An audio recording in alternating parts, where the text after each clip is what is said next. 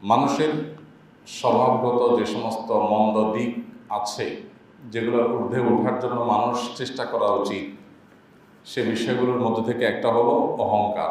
এই অহংকার, এটির কারণে পৃথিবীতে বহু মানুষকে আল্লাহ তাআলা বেইজ্জত করেছেন, লাঞ্ছিত করেছেন, অপমানিত করেছেন, দুনিয়াতে নগদ শাস্তি দিয়েছেন, আখিরাতের শাস্তি তো আছেই।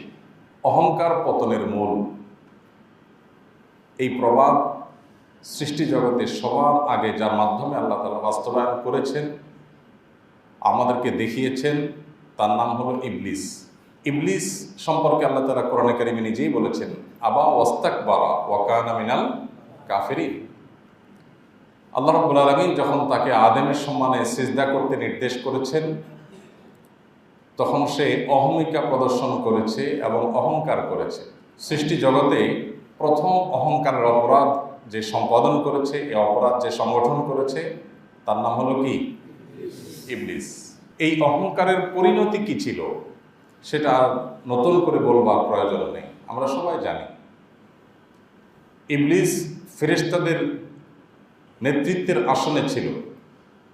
তাকে তার ইবাদত বন্দেগীর যে ইতিহাস ছিল, তার ইবাদত বন্দেগীর যে গুণাবলী তার মধ্যে ছিল, সুদীর্ঘকাল পর্যন্ত আল্লাহর ইবাদত বন্দেগীতে মগ্ন থাকার পরও যখন ফেরেশতাদের সরদারে, ফেরেশতাদের শ্রেষ্ঠত্ব এবং নেতৃত্বের আসনে সে ছিল, দীর্ঘকাল পর্যন্ত ইবাদত বন্দেগী ভালো কাজ করার পরও যখন অহংকার করেছে এবং অহংকার করে বলেছে, খালাকতানি মিন নারিন ওয়া খালাকতাহু মিন তিন, আল্লাহ আমাকে আগুন থেকে সৃষ্টি করেছ, আর যার সম্মানে সিজদা করতে বলছো তাকে সৃষ্টি করেছো মাটি থেকে, কেন আমি তাকে সিজদা করতে হবে?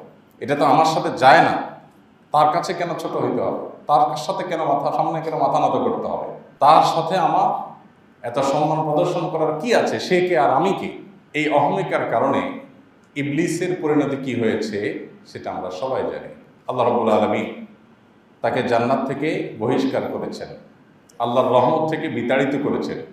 এজন্য শয়তানকে যে শয়তান বলা হয়, এই শয়তান শব্দের অর্থই হলো আল্লাহর রহমত থেকে বিতাড়িত। রাজিম শব্দের অর্থ এরকম। আল্লাহ রাব্বুল আলামিন তাকে তার অহংকারের পরিণতি সাথে সাথে বুঝিয়ে দিয়েছেন, একটুও বিলম্ব করেননি। এই জন্য উলামায়ে কেরাম এবং সালাফ খালাফ, পূর্বসূরি এবং পরবর্তীকালীন স্বর্ণযুগের স্বর্ণ মানব, আল্লাহর প্রিয় বান্দাগণ, ইসলামিক স্কলারগণ বলেন, অহংকার, দম্ভ, এটা হলো উম্মুল আমরাদ। এটা হলো উম্মুল আমরাদ, মানে মানুষের আত্মার যত ব্যাধি আছে, মানুষের ভেতরকার যত রোগ আছে, মানুষের মধ্যে দুনিয়ার মোহ থাকে, মানুষের মধ্যে লোভ লালসা থাকে, মানুষের মধ্যে আরেকজনের প্রতি হিংসা, পরশ্রী কাতরতা থাকে, নানাবিধ রোগ মানুষের অন্তরে থাকে। এই সকল রোগের মূল হলো অহংকার। এই অহংকার থেকেই অন্য সমস্ত রোগের সৃষ্টি। এটি যখন থাকে তখন হিংসা হয়। বিপরীত দিক থেকেও বলা যায় যে হিংসা থেকে অহংকার হয়, আবার অহংকার থেকে হিংসা হয়। কারোর প্রতি যখন অহংকার হয় যে আমি বড় সে ছোট, তখন তার কোনো ভালো জিনিস আর সহ্য হয় না, হিংসাত্মক মনোভাব তার প্রতি সৃষ্টি হতে থাকে। এবং এই অহংকার থেকে মানুষকে তাচ্ছিল্য করা হয়, মানুষকে ইগনোর করা হয়, সত্য কথা মানতে মানুষের আগ্রহ থাকে না, আগ্রহ হারিয়ে ফেলে। নানাবিধ অন্যায় অপরাধ মানুষ সংগঠন করে, যে অপরাধ থেকে, সেটার নাম হলো কি? অহংকার। মুশকিল হলো এই ব্যাধিটা হলো ক্যান্সারের মতো। ক্যান্সার যেরকম মানুষের শরীরে হঠাৎ করে দানা বাঁধে না, অনেক আগে থেকে মানুষের শরীরে ক্যান্সার সৃষ্টি হয়ে সেটা ঘাপটি মেরে লুকিয়ে থাকে। মানুষ দুধ কলা দিয়ে যেরকম সাপ পোষে, এরকম খেয়ে পরে বিভিন্ন রকমের খাদ্য খাবার ইত্যাদি খেয়ে তার শরীরে থাকা ক্যান্সারকে সে নিজের অজান্তে সে পুষতে থাকে। হয়তো 6 মাস, 1 বছর, 1.5 বছর, 2 বছর ক্যান্সার নিয়ে বয়ে বেড়াচ্ছে, সে জানেও না। হঠাৎ কখনো তার সিমটম শুরু হয়, ব্যথা বেদনা শুরু হয়, অসুবিধা তৈরি হয়, এরপর ধরা পড়ে যে ক্যান্সার হয়েছে। যতক্ষণে ধরা পড়ে ততক্ষণে বেশিরভাগ ক্ষেত্রে আর ট্রিটমেন্ট করার সুযোগ খুব বেশি একটা থাকে না। অহংকার এবং দম্ভ এই বিষয়টা ঠিক এরকম। অন্তরে যখন এটি দানা বাঁধে তখন আমরা টের পাই না, এবং অনেক সময় আমরা অহংকার করি বিনয়ের সুরে। দেখতে দেখা যায় বিনয়, আসলে সেটা কি? অহংকার। মনে হচ্ছে আমি ঔষধ এবং প্রতিষেধক গ্রহণ করছি, আসলে আমার শরীরে আমি রোগ বিমারি ইনস্টল করছি। ঠিক অহংকারটা অনেকটা এরকম। এই জন্য অহংকার বিষয়ে নবী করিম সাল্লাল্লাহু আলাইহি সাল্লাম, সাহাবা একরাম সবচেয়ে বেশি সতর্ক থাকতেন। সবচেয়ে বেশি আল্লাহর প্রিয় বান্দারা সতর্ক থাকেন। নামাজ, রোজা, হজ, যাকাত, জিকির, আজকার, তাসবিহ, তেলাওয়াত, উমরা, দান, সাদাকা, ওয়াজ, তারপর রোনাজারি আল্লাহর কাছে, মসজিদ মাদ্রাসা নির্মাণ, আরো বহু ভালো কাজ দুনিয়াতে আছে। এগুলো করা যতটা সহজ, নিজেকে অহংকার থেকে মুক্ত রাখা তার চাইতে বহুগুণ বেশি কঠিন।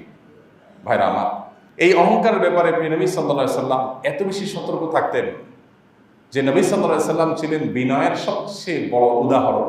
তার এক বর্ণনা তিনি বলেছেন, মান তাওয়াদা লিল্লাহি রাফাআহুল্লাহ। যে ব্যক্তি আল্লাহর জন্য বিনয় অবলম্বন করে, আল্লাহর জন্য যে ব্যক্তি বিনয়ী হয়, সে ব্যক্তিকে আল্লাহ তাআলা মর্যাদা বাড়িয়ে দেন, সম্মানিত করে দেন। আর অহংকার, দম্ভ এমন জিনিস যে কেউ যদি অহংকারী হয়, আল্লাহ তাআলা তার পতন অনিবার্য করে দেন, দুদিন আগে অথবা পরে। পৃথিবীর ইতিহাসে একজন দাম্ভিক, একজন অহংকারী আপনি দেখাতে পারবেন না যে তার অহংকার করতে করতে সে দুনিয়া থেকে গেছে, অর্থাৎ তার অহংকার নিয়ে যেতে পেরেছে, তার অহংকার দম্ভ চূর্ণ হয় নাই, এরকম একজন অহংকারীও দেখানো যাবে না। নমরুদ অহংকার করেছিল, আল্লাহ তাআলা তার দম্ভ চূর্ণ করে দিয়েছেন। ফিরআউন অহংকার করেছিল এবং তার অহংকার নিয়ে কোরআনে আল্লাহ একাধিক জায়গায় আলোকপাত করেছেন যে সে কিভাবে অহংকার করেছে, নিজেকে আল্লাহ দাবি করে বসে আছে, তার দম্ভ আল্লাহ তাআলা চূর্ণ করেছে।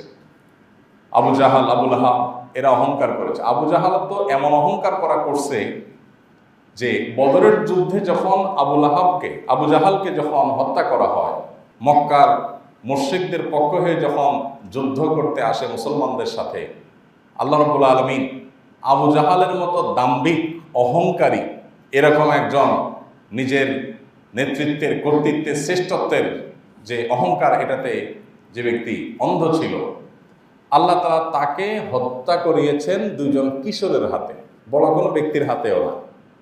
দুজন কিশোর, মুআজ এবং মুআওয়াজ, আপনারা অনেকে ঘটনা শুনেছেন। তারা একজন সাহাবীকে বললেন, চাচা, আবু জাহালের নাম শুনছি বহুত, কিন্তু চিনি না তাকে। আমাদের নবীকে নাকি অনেক কটু কথা বলে, অনেক কষ্ট দেয়। এই রণাঙ্গনে, এই যুদ্ধের ক্ষেত্রে সে নরাদমটা কে একটু দেখায় দেন, আমরা দুই ভাই তার হিসাবটা বুঝাই দিতে চাই। ছোট ছোট দুজন মানুষ, মুআজ আর মুআওয়াজ। তো যার কাছে জিজ্ঞাসা করছেন, সাহাবী চিন্তা করছেন, ছোট মানুষ কৌতূহল হয়ে জিজ্ঞাসা করছে, দেখাই দিয়েছেন, মনে করছেন কি আর করবে। আবু জাহালও চিন্তা করছে যে আরে পোলাপান, এত বড় নেতা আমি, এত বীর বাহাদুর আমি, পোলাপান আসতেছে, আসুক না, কাছে আসতে দিছি। আর এমনভাবে আঘাত করছে, আল্লাহর ফয়সালা যে এই অহংকারী যত বড় হবে তার পতন হবে তত ছোট, যাকে সে যত ক্ষুদ্র মনে করবে তার হাত দিয়ে। এই বাচ্চাদের আঘাতে, কিশোরদের আঘাতে সে পড়ে গেছে।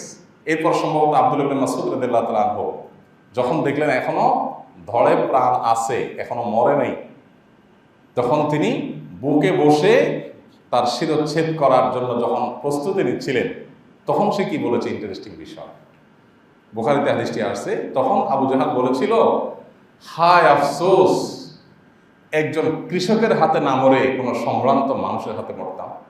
চিন্তা করে, মরতেছে, দুঃখটা কি যে এর হাতে মরবো, আমাকে স্বয়ং মুহাম্মদ সাল্লাল্লাহু আলাইহি ওয়াসাল্লাম মারলে আমার ইজ্জত থাকতো, আরে আমি যাকে তুচ্ছ মনে করি এরকম একটা মানুষের হাতে মরলাম, শেষ পর্যন্ত দুঃখ। এরপরের কথা আরো ইন্টারেস্টিং। এরপরে সে বলে যে, শোনো ভাই, তুমি যেহেতু আমাকে মারবাই, কল্লা কেটে ফেলবা যেহেতু ধর থেকে, একটু বড় করে কাটিও। কেন? কারণ যুদ্ধ শেষ হয়ে গেলে সে যুগে যুদ্ধে যারা নিহত হতো শত্রুপক্ষের, তাদের সব লাশগুলো বা কল্লা যেগুলো আলাদা হয়ে গেছে সেগুলো রাখা হতো এক সারিতে। তো সে বলে যে, কল্লা একটু ডাবায় কাটলে অন্য লাশগুলোর মধ্যে আমারটা উঁচু থাকবে, আমি যে নেতা ছিলাম এটা বোঝা যাবে। এটা কিন্তু গাল গল্প না, সত্য ঘটনা। মানুষ যখন অহংকারী হয় তখন হিতাহিত জ্ঞান কোথায় চলে যায়, মানুষ কত নিচে নেমে যায়, যে মরতে গিয়েও তার অহংকারের কথাই মুখ দিয়ে আসে। ভাইরা আমার, নমরুদ যখন সে নিজেকে অনেক কিছু মনে করেছে, আল্লাহ তাআলা তাকে শেষ করার জন্য কাকে নিয়োগ দিয়েছেন? মশাকে নিয়োগ দিয়েছেন। মানে যে কোনো মানুষকে মানুষ মনে করে না, আল্লাহ বলেন দাঁড়া, তোর অহংকার চূর্ণের জন্য মানুষও না, আমার একটা ক্ষুদ্র সৃষ্টি মশা লাগাই দেবো। অবাক করা বিষয়, সোভিয়েত ইউনিয়ন যখন তাদের অহমিকা ছিল অনেক যে পৃথিবীর পরাশক্তি আমরা, কাদের হাতে আল্লাহ তাআলা পতন ঘটিয়েছে? আমেরিকার মতো পরাশক্তি যখন মনে করেছে পৃথিবীতে আমাদের উপর কেউ নাই, আল্লাহ তাআলা কোথায় সাইজ করাইছেন? আফগানিস্তানের ওই মোল্লা মৌলবীদের হাতে। বুঝতে পেরেছেন? এমন সাইজ করেছেন যে অপমানিত অপদস্থ হয়ে গোটা পৃথিবীর মানুষের সামনে লজ্জায় লেজ গুটিয়ে চোরের মতো দিনের আলোতে পালায় যেতে হয়েছে। মুশকিল হলো ভাই, চেয়ারে বসায় দিলে আপনি ওই বিষয়ে দু চার কথা বলতে পারবেন, আমি বলতে পারবো, আমার চাইতে আরো ভালো বলতে পারবেন আপনারা অনেকে। মুশকিল হলো আমরা নিজেরাই আমাদের দৈনন্দিন জীবনে আমাদের নিজেদের অজান্তেই হয়তো কোনো না কোনোভাবে অহংকারের সাথে জড়িয়ে যাচ্ছে। আল্লাহ তাআলা আমাদেরকে অহংকার মুক্ত জীবন, সত্যিকারের বিনয়ের জীবন আল্লাহ তাআলা আমাদের সবাইকে দান করুন। অহংকারী মানুষের নগদ যে শাস্তিগুলো থাকে এর ভিতরে প্রথম এবং প্রধান হলো তার দম্ভ, তার অহংকারকে আল্লাহ তাআলা চূর্ণ বিচূর্ণ করে, লাঞ্ছিত অপমান করে তারপরে তার মাথাকে নত করে আল্লাহ তাআলা ছেড়ে দেন। প্রথমে ছাড় দেন আল্লাহ। আল্লাহ বলেছেন ওয়ামলি লাহুম ইন্না কাইদি মাতিন, আমি ছাড় দিয়ে রাখি। অহংকার করো করো করো করো করতে করতে যখন সীমানা ছাড়িয়ে চলে যাও, অনেকে উপরে ওঠে। একজনকে ধরেন ছাদ থেকে ফেলে দেওয়া হবে, এখন সে যদি উপরে ওঠার সময় চিন্তা করে আমি আরেক তালা উঠলাম, অহংকারী হতে থাকে, তাহলে এইটা যেরকম তার নিজের পতনের কারণ। সে বুঝতে পারছে না যে যত উপরে উঠবে তত উপর থেকে ফেললে তার অবস্থা তত বেশি খারাপ হবে। আল্লাহ তাআলা অনেককে এরকম ছাড় দেন, 2 বছর 4 বছর 5 বছর 10 বছর 15 বছর 20 বছর 30 বছর, এক একজনকে এক এক ভাবে। আমরা সাধারণ মানুষ, আমরা অনেক সময় ধৈর্য হারিয়ে ফেলি। কি ব্যাপার? আল্লাহ না কোরআনে বলছেন আল্লাহ মাজলুমদের সাথে, আল্লাহ কোরআন হাদিসে না বলা আছে যে জালেমদের পরিণতি হবে, আল্লাহ লানত জালেমদের প্রতি হয়। কই? এই ফেরাউন, জালেম, অত্যাচারী, এদের তো কোনো বিহিত টিহিত হইতে দেখি না, আমাদের মনটা ছোট হয়ে যায়। তো আল্লাহ তাআলা আমাদেরকে সান্ত্বনা দিয়েছেন, ওমলিলাহ, আল্লাহ ছাড় দিয়ে রাখেন, ওই যে উপরে উঠায় নেন, উপরে উঠায় নেন, কারণ আসারটা যত উপরে উঠবে আসারটা তত বড় হবে, তত জোরে হবে। যে উঠে সে তো টের পায় না যে আমাকে উপরে উঠানো হচ্ছে কেন, আসারটা জোরে দেওয়ার জন্য। এই জন্য ভাই, আমরা মজা নিতে খুব বেশি মজা পাই, শিক্ষা নিতে চাই না। সব কিছু থেকেই মজা নেই। একটা চোর ধরা পড়ছে, একটা ডাকাত ধরা পড়ছে, একটা খারাপ মানুষ ধরা পড়ছে, আমরা খুব মজা নেই। দৌড়ছে ফিডা, আরো জোরে মাপ। নিজের মারতে না পারলেও দাঁত খিচে শুরু করি, ভিডিও দেখতে দেখতে দাঁত খিচে এসে যায়। কিন্তু আমার নিজের অজান্তে আমিও এরকম কোনো গুনাহে, কোনো অপকর্মে জড়িত কিনা সে বিষয়ে ভাবনা করার সুযোগ আমাদের খুব হয়ে ওঠে। আল্লাহ তাআলা আমাদের সবাইকে বিনয়ী মানুষদের কাতারে শামিল হওয়ার তৌফিক দান করুন। ভাইরা আমার, আমাদের প্রিয় নবী সাল্লাল্লাহু আলাইহি সাল্লামের বিনয়ের মাত্রা কেমন ছিল শুধু একটি ঘটনা থেকে আমরা সেটা অনুমান করতে পারবো। বাহির থেকে, মদিনার বাহির থেকে একজন আগন্তুক, কারোর দূত, তিনি এসেছিলেন। তিনি মুহাম্মদ সাল্লাল্লাহু আলাইহি সাল্লামের ব্যাপারে কথা শুনেছেন, তার স্তুতি প্রশংসা শুনেছেন। শুনে তার সম্পর্কে জানার আগ্রহ তৈরি হয়েছে বা কোনো বার্তা নিয়ে এসেছেন। মদিনায় আসার পর মসজিদে নববীতে গিয়ে সেই লোকটি দেখতে পেলেন যে মসজিদের মধ্যে অনেকগুলো লোক বসা। সেই লোকদের মধ্যে নবী করিম সাল্লাল্লাহু আলাইহি সাল্লাম তিনিও ছিলেন। কিন্তু সাহাবীদের সাথে তিনি যখন ঘরোয়া মজলিসে বা সাধারণ আসরে কিংবা আড্ডায় বা সাধারণ মজলিসে ছিলেন, তখন নবী করিম সাল্লাল্লাহু আলাইহি সাল্লাম ওই মজলিসে যে ছিলেন তাকে চেনা যাচ্ছিল না যে এখানে মুহাম্মদ সাল্লাল্লাহু আলাইহি সাল্লাম নেতাকে আর অনুসারীকে, উম্মতকে আর নবীকে, এটা বোঝা যাচ্ছিল না বডি ল্যাঙ্গুয়েজ থেকে। এমনভাবে বসেছিলেন সাহাবীদের সাথে। তো বাহির থেকে আসা আগন্তুক লোকটা জিজ্ঞেস করলো, মান ফিকুম মুহাম্মদ, তোমাদের মধ্যে মুহাম্মদ লোকটা কে? তখন সবাই বলল যে উনি। এবার আমরা একটু চিন্তা করি, কল্পনা করি, একজন নেতা, হাজার হাজার লক্ষ লক্ষ তার অনুসারী, তিনি যদি কিছু মানুষের সাথে বসে থাকেন, তাহলে তার বডি ল্যাঙ্গুয়েজ, তার পোশাক আশাক, তার স্টাইল, তার হাবভাব, তার মুডমাট, এগুলো দেখলে দূর থেকে আসা অচেনা মানুষেরও কি বুঝতে কষ্ট হওয়ার কথা যে কে নেতা আর কে অনুসারী? কি বলেন? আমাদের নেতারা যখন রাস্তা দিয়ে হাঁটে, সাথে মনে করেন অনুসারী 10, 20, 30, 50 যাই থাকে, এখানে নেতাকে এটা কি কারো জিজ্ঞেস করার দরকার হবে? কেন দরকার হবে না? কারণ নেতার জামাটা কড়কড়া বেশি থাকবে, নেতার শরীরটা অনেক তুলতুলা থাকবে, নেতা চলাফেরার মোড অন্যরকম হবে। একটা ছোট বাচ্চা মানুষের বুঝতে কষ্ট হবে না যে এটা নেতা আর এটা অনুসারী, এটা নেতা ওটা পাতি নেতা ওটা চামচা, এটা বুঝতে কোনো অসুবিধা হবে? কোনো অসুবিধা হবে। কোন একটা ঘরোয়া মজলিসে যদি বসে থাকে তাহলে নেতাকে আলাদা করে চেনার জন্য দরকার হবে কোনো কষ্ট করার? কিন্তু মুহাম্মদ সাল্লাল্লাহু আলাইহি সাল্লাম সেই মানুষ ছিলেন যে বাহিরে থেকে আসা আগন্তুক জিজ্ঞেস করে বের করতে হয়েছে যে মোহাম্মদ লোকটাকে, এমনভাবে সাহাবীদের সাথে মিশে বসেছিলেন যে তাকে কোনোভাবে পার্থক্য করা যাচ্ছিল না। বিনয়ের এর চাইতে উজ্জ্বল উদাহরণ আর কি দিবেন? আমাদের অনেকের অনেক বাহনে চড়তে আমাদের ইগোতে লাগে। একটা ভাঙা বাড়িতে বা এখনো কমপ্লিট হয়নি এমন বাড়িতে, বা হয়তো ভালো করে টাইলস পাথর নাই এমন বাড়িতে আপনি থাকতে আপনার ইজ্জত লাগে। এরকম বহু মানুষ আমাদের সমাজে আছে। বহু মানুষ কি, ম্যাক্সিমাম মানুষ বা মেজরিটি মানুষ আমরা এরকম। নবী করিম সাল্লাল্লাহু আলাইহি সাল্লাম ঘোড়ায় চড়তে কখনো তার যেরকম অসুবিধা হতো না, আবার উঠে চড়তে যেরকম অসুবিধা হতো না, একইভাবে গাধায় চড়তেও তার কখনো অসুবিধা হতো না। তিনি তিনও বাহনে চড়তেন।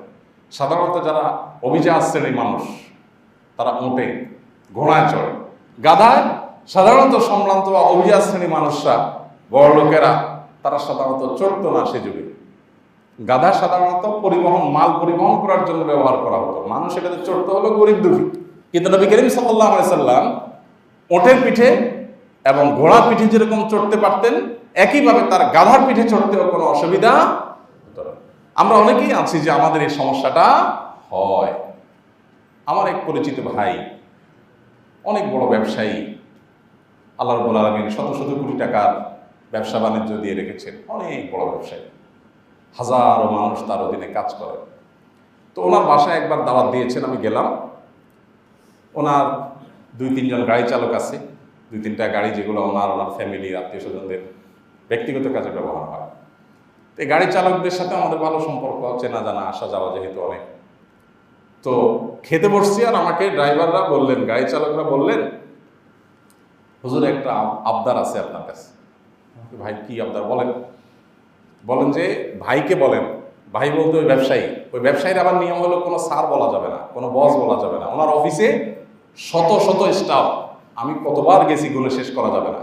ওখানে স্যার বললে ফাইন, খবর আছে, কেউ কাউকে স্যার বলতে পারবে না, সবাই সবাইকে ভাই বলবে, মালিকও ভাই, কর্মচারীও ভাই। আরো মজার বিষয় হলো ওনার অফিসের টেবিলগুলোর কোনো টেবিলের কোনো বিশেষ সাইজ নাই। পুরা বিশাল বড় ভবন, পুরা বিল্ডিং এর সমস্ত টেবিল, সমস্ত চেয়ার একরকম।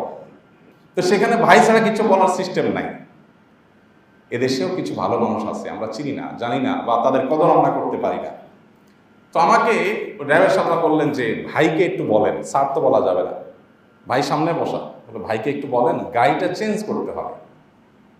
এই পুরাতন প্রিমিয়াম প্রাইভেট কার নিয়ে আমরা ঢাকার বাইরে যেতে হয়, উনি গ্রামের বাড়িতে যান, উনি একজন পরিচিত প্রতিষ্ঠিত মানুষ, দেশের সম্পদ।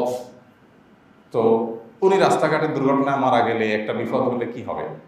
ওনাকে বলেন একটা ভালো গাড়ি কেনার জন্য। আমরা আজ অনেকদিন ধরে বলতেছি, উনি কোনো কথা শুনতেছেন না, এই পুরান গাড়িটা চলা যায় না। তো আমি সাথে সাথে ধরলাম, ভাই ওরা তো ঠিকই বলছে, এই পুরাতন প্রিমিয়ামে কেন চলবেন না? আপনার তো টাকার অভাব নাই, একটা ভালো গাড়ি কেন কিনেন না? ঠিকই তো বলছে তারা, সেফটি, নিরাপত্তার ব্যাপার স্যাপার আছে। তো উনি আমাকে বললেন, ভাই সত্যি বলতে এই গাড়িতে কোনো সমস্যা নাই, টুকটাক সমস্যা তো সব গাড়িতেই থাকে। মুশকিল হলো আমি যেখানে থাকি এখানে নিচের সব হোমরা সমরা অনেক উনি ভাড়ায় থাকেন। ওনার নিজস্ব কোনো বাড়িও নাই, কোনো ফ্ল্যাটও নাই, কোনো প্লটও নাই ঢাকায়। শত শত কোটি টাকার মালিক, হাজার হাজার কর্মচারী, ঢাকায় কোনো বাড়িও নাই, কোনো ফ্ল্যাটও নাই, কোনো প্লটও নাই। সম্প্রতি একটা জায়গা থাকার জন্য আমরা একসাথে একটা মাথা গোঁজার জন্য একটা জায়গা নিয়েছি। সেখানে অনেক মানুষ, 20 জন মনে হয়, এর মধ্যে উনিও আছেন। সেটা শুধুমাত্র দিনই কারণে একটা শেয়ার নিছেন, তাও আমাদের সাথে। বাকি ওনার কোনো ফ্ল্যাট প্লট বাড়ি কিচ্ছু নেই। তো আমি প্রসঙ্গত ওনাকে জিজ্ঞেস করলাম, ভাই নাই কেন, সমস্যা কি? একটা ফ্ল্যাট থাকার জন্য থাকতেই পারে। উনি বললেন যে ভাই ফ্ল্যাট মালিক বা বাড়ি মালিকের একটা ভাবসাব চলে আসে, অহংকার চলে আসে।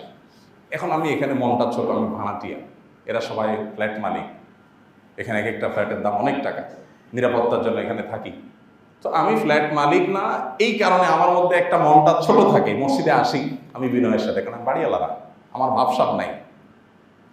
তো আমি শুনে অবাক হয়ে গেলাম। গাড়ির বিষয়ে বলতেছেন যে ভাই এখানে সবাই খুব চকচকা গাড়ি বাইরে হয়, তো সব ল্যান্ড ক্রুজার, BMW, এটা সেটা বের হয়। আমার ড্রাইভার সাহেবদের ইজ্জতের সাথে এটা যায় না, তাদের কাছে খারাপ লাগে যে তারা প্রিমিয়াম নিয়ে বাইক হয়। এই সমস্যাটা তাদের, আমার কোনো অসুবিধা নেই ভাই। এখন আপনি তাদেরকে বোঝান যে তাদের এই খারাপ লাগাটা উচিত কিনা। আমার তো খারাপ লাগে না, আমার কোনো অসুবিধা নেই, আমার চলার জন্য একটা গাড়ি হইলেই হলো। এখন আমার পাশে ফ্ল্যাটওয়ালা BMW, আরেকটা ল্যান্ড ক্রুজার, আরেকটা হয়তো আরো দামি গাড়ি, এটার জন্য আমি এটা নিয়ে চলতে যদি আমার অসুবিধা হয়, তাহলে বুঝতে হবে আমার ভেতরে সমস্যা আছে। শেষ পর্যন্ত উনি গাড়ি কিনলেন না, বহু চাপাচাপির পর সত্যি গাড়ি নষ্ট, সত্যি সমস্যা, তারপর একটা গাড়ি কিনছেন কোন রকম, তাও মালয়েশিয়ান, ভালো কোনো দামি গাড়ি না। তো ভাইরা আমার, অহংকার এবং বিনয় এটা কিন্তু মানুষের কাজে কর্মে প্রকাশ পেয়ে যায়, আচার আচরণ দ্বারায় প্রকাশ পেয়ে যায়। আপনি যে কোনো চেয়ারে বসতে চান না, আপনি সামনে না বসে পিছনে বসাইলে আপনার ইজ্জতে লাগে, অহংকার। এগুলো অহংকারের সিমটম, ক্যান্সারের মতো, বোঝা যায় না, অনেক দেরিতে ধরা পড়ে। আপনি ভিতরে অহংকার লালন করছেন যে আপনি টেরই পাচ্ছেন না, নিজের অজান্তে অহংকার করছে। ভাইরা আমার, এই জন্য নিজেকে বিনয়ী করার চেষ্টা করা। বিনয় কিভাবে হব বা অহংকার কিভাবে দূর করব? অহংকার সম্পর্কে নবী সাল্লাল্লাহু আলাইহি ওয়াসাল্লাম বলেছেন যে অহংকার হলো বাতারুল হাক্কি গামতুন নাস, সত্যকে জানার পরও যে অস্বীকার করে, এটা হলো অহংকার। আমরা যে কোনো মহল্লাতে, যে কোনো সোসাইটিতে, যে কোনো পরিবেশে বসবাস করতে গিয়ে অনেক সময় দেখা যায় যে আমার কথা একটা বলছি আমি, বা আমি একটা গ্রুপ মেনটেন করি, সঠিক হোক আর বেঠিক হোক আমি ওইটার সাথেই আসি এবং জোর দিয়ে সেটাই করব। এটা হলো অহংকারের কারণ। অহংকারের কারণ সত্য জানছি, সাথে সাথে ও সরি, তাহলে আমার অবস্থান ভুল ছিল, আমি আমার ভুল অবস্থান থেকে সরে আসতে কোনো দ্বিধা হবে না। এটা হলো বিনয়ের আলামত। আর অহংকারের আলামত হলো আরে যা বলছি বলছি, যেহেতু একটা মত লালন করি, অতে ভুল হলেও সেটা কি করতে হবে, জাস্টিফাই করতে হবে। এটা হলো অহংকারের একটা আলামত। আরেকটা হলো অগমতুন নাস, মানুষকে তুচ্ছ মনে করা, মানুষকে তাচ্ছিল্য করে মানুষের সাথে কথা বলা, মানুষকে পাত্তা না দেওয়া। এই যে মানুষকে দমায় রাখা, পাত্তা না দেওয়া, তাচ্ছিল্য করা, এটা অহংকারের আরেকটা আলামত। বিনয়ী মানুষ কখনো সেটা করবেন না। এই জন্য নবী করিম সাল্লাল্লাহু আলাইহি ওয়াসাল্লাম যখন কথা বলতেন, কারোর দিকে পরিপূর্ণ মনোযোগ দিয়ে কথা বলতেন, এইভাবে আর চোখে কথা বলতেন না, এভাবে ঘাড় ঘুরে কথা বলতেন না। যখন কারোর দিকে কথা বলতেন, পরিপূর্ণ মনোযোগ দিয়ে কথা বলতেন। প্রত্যেকটা মানুষ মনে করতো উনি আমাকে মনে হয় সবচেয়ে বেশি ভালোবাসেন। আল্লাহ রাব্বুল আলামিন আমাদের সবাইকে সেই বিনয়ের গুণটি অর্জন করার তৌফিক দান করুন। বিনয়ের গুণ যদি অর্জন না হয়, পরিণতি কি হবে জানেন? একটা পরিণতি বললাম যে অহংকারীদেরকে আল্লাহ তাআলা দুনিয়াতে বেইজ্জত করেন, পতন করেন। অহংকার পতনের কারণ বা মূল। দ্বিতীয়ত আল্লাহ বলেছেন ইন্নাহু লা ইউহিব্বুল মুস্তাকবিরিন, আল্লাহ রাব্বুল আলামিন অহংকারীদেরকে একেবারে অপছন্দ করেন, আল্লাহ ঘৃণা করেন, ভালোবাসেন না অহংকারীদেরকে। তৃতীয়ত অহংকারের ফলশ্রুতিতে মানুষ সত্য গ্রহণ করা থেকে বঞ্চিত থাকে। আল্লাহ বলেছেন সাসরিফু আন আয়াতি আল্লাযীনা ইয়াতাকাব্বারুনা ফিল আরদি বিগাইরিল হক, আল্লাহ বলছেন আমার নিদর্শন, আমার আয়াত, আমার কোরআন থেকে ওইসব মানুষগুলোকে আমি দূরে সরায় রাখি। একটু বিশেষভাবে এই আয়াতটার প্রতি আমরা লক্ষ্য রাখি, একটু খেয়াল করি। আল্লাহ বলছেন আমার আয়াত থেকে, আল্লাহ নিজে কোরআনের পথে যেন সে আসতে না পারে, আল্লাহর আয়াতের দিকে যেন সে আসতে না পারে। আল্লাহ বলছেন আমি বিরত রাখি, ঠেলে রাখি, যেন সে ইসলামের দিকে সঠিক পথে আসতে না পারে, হেদায়েতের দিকে যেন আসতে না পারে, ঠেলে রাখি। কাদেরকে? যারা পৃথিবীতে ধরা পৃষ্ঠে দম্ভ আর অহংকার প্রদর্শন করে, অন্যায়ভাবে মানুষের উপরে জোর খাটায়, মাস্তানি করে, গায়ের জোর দেখায়, দলের জোর দেখায়, প্রভাব খাটায়। রাজনৈতিক দস্যুপনার এই সমাজে যার যখন শক্তি আসে, যার যখন আসে, সে তখন সেটা জাহির করে। আল্লাহ রাব্বুল আলামিন এই জন্য এই শ্রেণী মানুষকে দেখবেন যারা অন্যায়ভাবে একজনের বাড়ি দখল করে ফেললো, একজনের জমি দখল করে ফেললো, আর জায়গায় ভাঙচুর শুরু করলো, একজনকে উঠাই দিল, আরেকজনকে বসাই দিল। এই যে মাস্তানি, এই যে মাতবুরি, এই যে অন্যায় অবিচার যারা করে, এই অহংকার প্রদর্শন যারা করে, আল্লাহ বলেছেন সাসরিফু আন আয়াতি, এদেরকে আমার আয়াত থেকে আমি দূরে সরে রাখি। এরা চাইলেও দেখবেন যে হেদায়েতে আসতে পারে না। ভয়ঙ্কর বিষয় ভাই। অহংকারী এই দস্যুপনা যারা করে, দেখবেন, একটু খেয়াল করে দেখবেন আশেপাশে, এই টাইপের মানুষগুলো পরিপূর্ণভাবে হেদায়েতের পথে আসতে পারে না। ওই বুড়াকাল পর্যন্ত দেখবেন ওই সে তার মাস্তানি, সে মাতবরি, সর্দারি এগুলো করতে করতে দুনিয়া থেকে চলে যায়। গেলে পরিণাম কি হবে? নবী করিম সাল্লাল্লাহু আলাইহি ওয়াসাল্লাম বলেছেন, লা ইয়াদখুলুল জান্নাতা মান কানা ফি কলবিহি মিসকালু হাববাতিন মিন খারদালিন মিন কিবর। অহংকার যদি কারোর মধ্যে সরিষার দানা পরিমাণও থাকে, সরিষার দানা পরিমাণও যদি অন্তরে অহমিকা লালন করে, কেউ নিজেকে বড় মনে করে, তাহলে সেই জান্নাতে প্রবেশ করতে পারবে না। নবী করিম সাল্লাল্লাহু আলাইহি ওয়াসাল্লামের একটা হাদিস আছে, আল্লাহ রাব্বুল আলামিন হাদিসে কুদসিতে বলেছেন, আল কিবরিয়াউ রিদাই ওয়াল আযমাতু ইজারি। অহংকার করা, আল্লাহ বলেছেন এটা আল্লাহর ভূষণ, আল্লাহর শানে শুধুমাত্র অহংকার করা সাজে। আল্লাহর গুণবাচক নামগুলোর ভিতরে একটা হলো মুতাকাব্বির। আল্লাহ তাআলা অহংকার করতে পারেন, কারণ তার উপর কেউ নাই, তার অহংকার সাজে। অতএব সৃষ্টি জগতের কেউ যদি আল্লাহর এই ভূষণ নিয়ে টানাটানি করে, অর্থাৎ সে যদি অহংকারী সাজতে চায়, প্রকারান্তরে সে আল্লাহ হওয়ার চেষ্টা করে, নাউযুবিল্লাহ। আল্লাহ বলেছেন যে আল্লাহর এই ভূষণ অহংকার নিয়ে যদি কেউ টানাটানি করে, অর্থাৎ কেউ যদি অহংকার করতে চায়, আল্লাহ রাব্বুল আলামিন তার সম্পর্কে বলেছেন, কাযাফতুহু ফিন-নার, তাকে আমি জাহান্নামে নিক্ষেপ করব। এজন্য ভাই, জান্নাত বিনয়ীদের জন্য আর জাহান্নাম অহংকারীদের জন্য। আমরা কোন পথে যাব সিদ্ধান্ত আমাদেরকে নিতে হবে। আমি বলছিলাম যে অনেক সময় ডাইরেক্ট অহংকার হয় না, কিছু অহংকার তো খুল্লম খোলা হয়। আর চিনোস আমারে, এটা কি বিনয় না অহংকার? এটা বোঝার জন্য পণ্ডিত হওয়ার দরকার, আমরা সবাই বুঝি। আমার চিনস, আপনি চিনেন আমি কে? আপনি কে ভাই?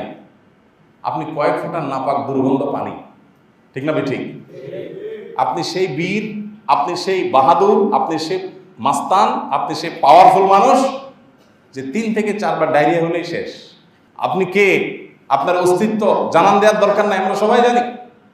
আপনি সে যার শরীরে যতগুলো ছিদ্র আছে ততগুলো ছিদ্র দিয়ে দুর্গন্ধ বের হয়। আল্লাহ রাব্বুল আলামিন মানুষকে সৃষ্টি করেছেন, সম্মানিত করেছেন যাতে মানুষ অহংকার না করে। অনেকগুলো শিক্ষণীয় বিষয় আমাদের বডিতে আল্লাহ দিয়ে রেখেছেন। মাথা থেকে পা পর্যন্ত শরীরে যতগুলো ছিদ্র আছে, নাকের ছিদ্র, কানের ছিদ্র, চোখের ছিদ্র, মানুষের মলমূত্র ত্যাগের জায়গা, শরীরের যতগুলো নাভি, যতগুলো ছিদ্র আছে। ইন্টারেস্টিং বিষয় হলো, দেখেন তো, কান দিয়ে কি বের হয়, নাক দিয়ে কি বের হয়, মুখ দিয়ে কি বের হয়, থুতু দুর্গন্ধ, চোখ দিয়ে কি বের হয়, কেতর ময়লা, নাভি দিয়ে কি বের হয়, মানুষের পেশাবের রাস্তা দিয়ে কি বের হয়, পায়খানার রাস্তা দিয়ে কি বের হয়। মানুষের শরীরের মাথা থেকে পা পর্যন্ত যতগুলো ছিদ্র আছে সবগুলো দিয়ে শুধু ময়লা, দুর্গন্ধ আর নাপাক জিনিস বের হয়। সেই মানুষের অহংকার করা সাজে না। আমার বডি আমাকে বলছে তোমার অহংকার করা সাজে না, তুমি বিনয়ী হও, তুমি নিজেকে ছোট মনে করো, অহমিকা প্রদর্শন করিও না, এটা তোমার সাজে না। একটা পলিথিনের ভিতরে যদি ময়লা থাকে, পুরো পলিথিনে ময়লাই আছে, এটা একেবারে মুখ বাঁধা থাকে, যতগুলো ছিদ্র করবেন সবগুলো ছিদ্র দিয়ে কি বের হবে? ময়লাই বের হবে, কারণ পুরোটাই ময়লার ডিব্বা। একজন মানুষ তার মাথা থেকে পা পর্যন্ত পুরো শরীরের কোনো জায়গা থেকে ময়লা ছাড়া কিছু বের হয় না, সে মানুষ কিভাবে অহংকার করে? আল্লাহ তাআলা মানুষকে তো মেশকা অম্বরের মতো এরকম কোনো উপাদান থেকে সৃষ্টি করতে পারতেন। আল্লাহ তাআলা তো মানুষকে এমন কিছু থেকে সৃষ্টি করতে পারতেন যেটা মানুষের গৌরবের কারণ হতে পারত। আল্লাহ তাআলা মানুষকে সৃষ্টি করেছেন মাটি থেকে। কোত্থেকে সৃষ্টি করেছেন? মাটি থেকে, যেটার বিশেষ কোনো মর্যাদা, বিশেষ কোনো সম্মান, বিশেষ কোনো মূল্য সমাজে নাই। সে মাটি থেকে, তাও কাদা মাটি থেকে আল্লাহ তাআলা সৃষ্টি করেছেন। এরপর আল্লাহ তাআলা দুনিয়াতে মা বাবার মাধ্যমে যে আমাদেরকে এনেছেন, সেখানেও আল্লাহ তাআলা যে উপাদানটি মাধ্যমে আমাদেরকে সৃষ্টি করেছেন সেটাও একটা দুর্গন্ধযুক্ত নাপাক পানি। মানুষের যখন এই অবস্থা, মানুষের হলো এই যখন তার প্রিভিয়াস হিস্ট্রি, এ হলো যখন তার উপাদান, এ হলো তার সৃষ্টি রহস্য, আল্লাহ তাআলা সেজন্যই বলেছেন, হাল আতা আলাল ইনসানি হিনুম মিনাদ দাহরি লাম ইয়াকুন শাইআন মাযকুরা। মানুষের কি একটা সময় এরকম ছিল না যে সে এমন একটা উপাদান ছিল যে মুখে উল্লেখ করার মতো ছিল না? সে নাপাক পানি ছিল, বীর্য ছিল। সে কি তার ইতিহাস ভুলে গেছে? আল্লাহ সুবহানাহু ওয়া তাআলা গোটা কোরআন জুড়ে আমাদেরকে বিনয়ী হতে বলেছেন। কিন্তু ভাই, আমি নেতা হলে, আমার হাতে পাওয়ার থাকলে, আমার 2-4টা মামু খালু থাকলে, কিছু পয়সা কড়ি হয়ে গেলে, সামাজিক অবস্থান হয়ে গেলে, কিছু নলেজ হলে আমাদের মধ্যে অহংকার চলে আসে। তবে এই অহংকারটা মূর্খতার প্রমাণ। জ্ঞানী মানুষ কখনো অহংকার করে না। যে যত নিজের জাত চেনাতে চায়, চেনস আমাকে, সে তত বড় অহংকারী, সে আল্লাহর কাছে তত নরাধম, সে আসলেই তত মূর্খ, সে আসলেই তত পিছিয়ে পড়া। কারণ যে গাছে অনেক বেশি ফল থাকে সে গাছ কিন্তু নুয়ে পড়ে। আর যেটাতে ফল থাকে না বা কম থাকে এটা কিন্তু লাফায়। গভীর পানির মাছ ততটা লাফায় না, অল্প পানির মাছ যতটা লাফায়। যে যতটা অহংকার করে সে আসলে ততটা নরাধম, সে আসলে তত নিকৃষ্ট, সে আসলে তত ছোট লোক, সে আসলে তত মূর্খ, সে আসলে তত পিছিয়ে আছে, এই জন্য সে অহংকার করছে। আল্লাহ রাব্বুল আলামিন আমাদের জীবনের প্রত্যেকটা ক্ষেত্রে আমাদেরকে বিনয়ী হওয়ার তৌফিক দান করুন। আমরা যখন আমাদের বাসা বাড়িতে থাকবো, আমাদের কার্যক্ষেত্রে থাকবো, আমাদের আপনজনের ভিতরে থাকবো, আমরা বিনয়ী হতে চেষ্টা করব। আমাদের আশেপাশে কারোর সাথে আমাদের দম্ভ করবো না, আচরণ দ্বারা কথা দিয়ে অহংকার প্রদর্শন করবো না, হয়ে গেলে সাথে সাথে আল্লাহর কাছে ক্ষমা চেয়ে নিব। ভাইরা আমার, যে অহংকার করে তাকে আল্লাহ পতন ঘটায়, আর যে বিনয়ী হয় তার মর্যাদা আল্লাহ তাআলা বৃদ্ধি করে। এটা বোঝাবার জন্য শেখ সাদি রহমতুল্লাহের নাম আমরা অনেকে শুনেছি না? তো তিনি একটা উপমা দিয়েছেন, অত্যন্ত চমৎকার অসাধারণ একটা উপমা। তার গুলিস্তান নামক যে ফার্সি বই, তিনি সেখানে লিখেছেন যে আমরা শিশির দেখি, শিশির, এই শিশিরটা মূলত উপরে থাকে। শীতের সকালে আমরা দেখি যে এই শিশিরগুলো সব নিচে পড়ে যায়। উপর থেকে শিশিরগুলো সব কোথায় পড়ে? নিচে পড়ে। নিচে শিশির পড়ার সময় শিশির এটা চিন্তা করে না যে আমি এলাকার শুধু এমপি সাহেব, চেয়ারম্যান সাহেব আর কমিশনার সাহেবের বাড়িতে পড়বো, ফকির ফকরের বাড়িতে চললে আমার ইজ্জত থাকে। শিশির কি এটা বলে? শিশির ধনীর বাড়িতেও পড়ে, প্রধানমন্ত্রী প্রেসিডেন্টের বাড়িতেও পড়ে, গরিবের আখড়াতেও পড়ে, আপনার গাড়িতেও পড়ে, রিক্সাওয়ালার রিক্সায়ও পড়ে, সব জায়গায় পড়ে না? কোন অহংকার আছে? ছিল উপরে, কিন্তু সে নেমেছে নিচে। তাহলে যদিও শিশিরের মধ্যে অহংকার আর বিনয় নাই, এটা জাস্ট বোঝার জন্য একটা রূপক উপমা দিয়েছেন তিনি, যে শিশির যখন বিনয়ী হয়েছে এবং সব জায়গায় মিশে গেছে, কোথাও বসতে কোথাও মিশতে তার অসুবিধা হয় না, তার ভিতরে সে অহমিকা নাই, সে যখন মিশে যেতে পেরেছে, আল্লাহ রাব্বুল আলামিন সূর্যকে উঠাই দিয়েছেন। সূর্য উত্তাপ দেওয়া শুরু করেছে সকাল 6:30 6টার সময়। সূর্য যখন তাপ দেওয়া শুরু করেছে, শিশির এবার বাষ্প হয়ে আবার উপরে উঠতে শুরু করেছে। যে আল্লাহর জন্য বিনয়ী হয়, ছোট হয়, আল্লাহ তাকে উপরে তুলে দেন, বড় করে দেন। আর সমুদ্রের যে ঢেউ, এটাকে উনি উপমা দিয়ে আমাদেরকে বোঝাবার চেষ্টা করেছেন। সমুদ্রের ঢেউ যখন আসে, কক্সবাজার, কুয়াকাটা সমুদ্র সৈকতে গেলে আমরা নিশ্চয়ই দেখে থাকবো যে যখন ঢেউগুলো আসে, ঢেউ দূর থেকে আসে যে গতিতে, তাতে মনে হবে যে আজকে আর মনে হয় আশেপাশে হোটেল টোটেল কিছু রাখবে না, বোধহয় সব আজকে ভাষায় নিয়ে যাবে। অহংকারের মতো বুক ফুলাইতে ফুলাইতে আসে, আসার পর কুলের সাথে এসে আছাড় খেয়ে যাওয়ার সময় কেমনে যায় খেয়াল করছেন? একেবারে তুচ্ছ অপমানিত হয়ে যেরকম যায়, ওইরকম করে পানির সাথে মিশে আস্তে করে আবার সমুদ্রের দিকে চলে যায়। আসে বুক ফুলাইতে ফুলাইতে, যায় হলো বিনয়ী মানুষের বেশে। তার মানে কেউ যখন অহমিকা দেখায়, অহংকার করে, দম্ভ প্রদর্শন করে, আল্লাহ তাআলা তাকে এরকম বাড়ি খাওয়া, বেইজ্জত করে পিছনে ফেলায়। এক্ষেত্রে একই কথা প্রযোজ্য। সমুদ্রের পানির কোনো অহংকার নাই, বিনয় নাই, সে আসলে অহংকার করছে ব্যাপারটা সেরকম না, শুধু বোঝাবার জন্য বলা। আল্লাহ তাআলা আমাদেরকে বিনয়ী হওয়ার তৌফিক দান করুন। আমি বলছিলাম অহংকার অনেক সময় আমরা আমাদের নিজের অজান্তে করি, বলি, সেটা আমরা অনেক সময় নিজেরাও টের পাই না, অন্যদের কাছে নিজেকে বিনয়ী হিসেবে জাহির করি। এটা আসলে অন্তরের এই কথাবার্তা দ্বারা বা মুখের কথাবার্তা দ্বারা এটা আসলে বোঝা যায় না। অনেকে দেখবেন বলে আমি আসলে ছোট মানুষ, আমার আসলে এত টাকা পয়সা নাই, গরিব মানুষ। এই গরিব মানুষকে যদি আপনি ডাকেন, এ গরিব এদিকে আসো, তখন অবস্থা কি হবে বলেন? যে লোকটা বক্তৃতার আগে বলতেছে যে আমি তো আসলে তেমন কিছু জানি না, আপনারা আমার চাইতে অনেক জ্ঞানী মানুষ, আমি অযোগ্য মানুষ, সেই বক্তৃতা দিয়ে বের হওয়ার পর দূরের রাস্তা দেখে এই অযোগ্য নালায়েক এদিকে আসো, অবস্থা কি হবে বলেন? ঘুষি একটাও নিচে পড়বে? এই বেটা তোর 14 গোষ্ঠীর চেয়ে বেশি যোগ্য আমি, কি মনে করতে, কারা কি বলছিস? তো মানুষের সামনে এরকম মেকি বিনয়, এটা জাহির করা খুব সহজ কাজ, নাটক করা খুব সহজ কাজ, অভিনয় করা সহজ কাজ। ভেতর থেকেই নিজেকে বলা যে আসলে আল্লাহকে আমাকে জাহান্নামে দিবেন কিনা আমি জানি না, জান্নাত দিবেন নাকি জাহান্নামে দিবেন আমি জানি না। সো আমি কিভাবে অহংকার করি, কিভাবে দম্ভ দেখাই, আমি যাকে ছোট মনে করছি, হতে পারে তার কোনো কাজের কারণে আল্লাহ তাকে জান্নাত দিবেন। আমি অনেক কিছু জানা সত্ত্বেও হতে পারে আল্লাহ না করুন আল্লাহ আমাকে জাহান্নামে দিবেন, তাহলে তো আমার অহংকার করা সাজে না। এক সাহাবীকে একজন একটা কটু কথা বলেছে, বলার পর তিনি কোনো রাগারাগি করছেন না। কেউ বললেন যে কি ব্যাপার, ওনার দৃষ্টি আকর্ষণ করার পর বললেন শোনো, যদি আমি জান্নাতি হই, আল্লাহ যদি আমাকে জান্নাত দেন, তাহলে ও আমাকে 10টা গালি দিলে কি আসে যায়? ও কেন, ওর মতো সারা দুনিয়া মানুষ বললে বা কি আসে যায়? আমি তো জান্নাতি, আমার এটা কেয়ার করার কোনো দরকার আছে? আর আল্লাহ না করে যদি আমি জাহান্নামী হই, তো সে কেন, সারা পৃথিবীর মানুষ গালি দিলেও তো সেটা কম আমার জন্য। আমি তো নিজের সেটা নিয়ে টেনশনে থাকবো, তার গালি শোনার সময় নাই। একজন ফাঁসি আসামিকে কে কি বললো এটা তো দেখার সময় নাই, তার জীবনে চলে যাবে কিসের গালি আর কিসের কি। তো একজন মানুষ বিনয়ী যখন হবেন, এভাবে সূত্র খুঁজবেন। মেহমানদারিতে দাওয়াত দিচ্ছেন, মেহমান আসছে, 10-15 পদ করছেন, করে এরপরে বলতেছেন, মেহমানদের সামনে দিয়ে খাওয়াইতে বসে বলতেছেন যে ভাই আসলে আপনার ভাবির শরীরটা আজকে ভালো না, আর আমিও বাজারে যেতে পারি নাই, এই জন্য ওই ভর্তাটা করার কথা ছিল, আপনার একটু কবুতর খাওয়াইতে চাইছিলাম, ওই আইটেমটা করতে চাইছিলাম, হয়ে উঠলো না। মানে আপনার ভাবির শরীর খারাপ দেখে আমি আজকে দেখাতে পারলাম না, আমি আজকে বাজারে যেতে পারি না হলে আপনি দেখতেন যে আমি কি করি। এটা হলো এক ধরনের অহংকার। কিন্তু শোনা যায় কি যে ভাই আসলে কিছু করতে পারি না। এটা যে সবসময় অহংকার তা না, কিছু কিছু ক্ষেত্রে এটা আমাদের ফর্মালিটিস, কিন্তু কিছু কিছু ক্ষেত্রে আমার অহংকারের পর্যায়ে চলে যায়। অর্থাৎ অহংকার এমন একটা জিনিস, প্রকাশ হবে বিনয়ের, আসলে সেটা কি অহংকার। এই জন্য ভাই, অভিনয় নাটক না করে, অর্থাৎ বিনয় বা তাওয়াজুয়ের অভিনয় না করে সত্যিকারের ভেতর থেকে বিনয়ী হওয়ার চেষ্টা করতে হবে। তা না হলে দুনিয়াতে আল্লাহ তাআলা বেইজ্জত করবেন। কোন অহংকারীকে আল্লাহ তাআলা দুনিয়াতে ছেড়ে দেন নাই।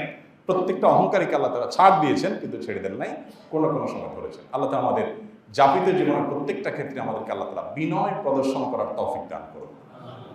আমরা যেন একেবারে সাধারণ কোনো মানুষের সাথে অহংকার প্রদর্শন না করি, দম্ভ না দেখাই। মনে রাখবেন, বিনয়ী মানুষরা সবসময় জনপ্রিয় হয়, সত্যিকারের জনপ্রিয়তা অর্জন করে, সত্যিকারের ভালোবাসা মানুষ বিনয়ীদেরকে দেয়। আর অহংকারী সামনে হয়তো সালাম আলাইকুম ভাই বলে, পিছনে এটা গালি দেয়, খারাপ কথা বলে। অতএব এই অহমিকা থেকে আমাদের সবাইকে বেরিয়ে আসার চেষ্টা করতে হবে। আল্লাহ আমাকে আপনাদের সবাইকে আমাদেরকে বিনয়ী হওয়ার তৌফিক দান করুন। আমি অমুক, আমি তমুক, এই বুক ফুলানো, মাথা উঁচিয়ে কথা বলা, এগুলো ছোট লোকই। আল্লাহ তাআলা আমাদেরকে ছোট থেকে বেঁচে থেকে নবী করিম সাল্লাল্লাহু আলাইহি ওয়াসাল্লামের অনুসারী হিসেবে বিনয়ী হওয়ার তৌফিক দান করুন। অহংকারীদের পতন, দাম্ভিকদের পতন, আল্লাহ তাআলা আমাদের সামনে বহু পতন ঘটান, বহু ঘটনা ঘটে আমাদের চোখের সামনে। আমরা শুধু মজা নেই, শিক্ষা নেই না। আল্লাহ আমাদেরকে শিক্ষা গ্রহণ করার তৌফিক দান করুন। জাযাকুমুল্লাহ খাইর।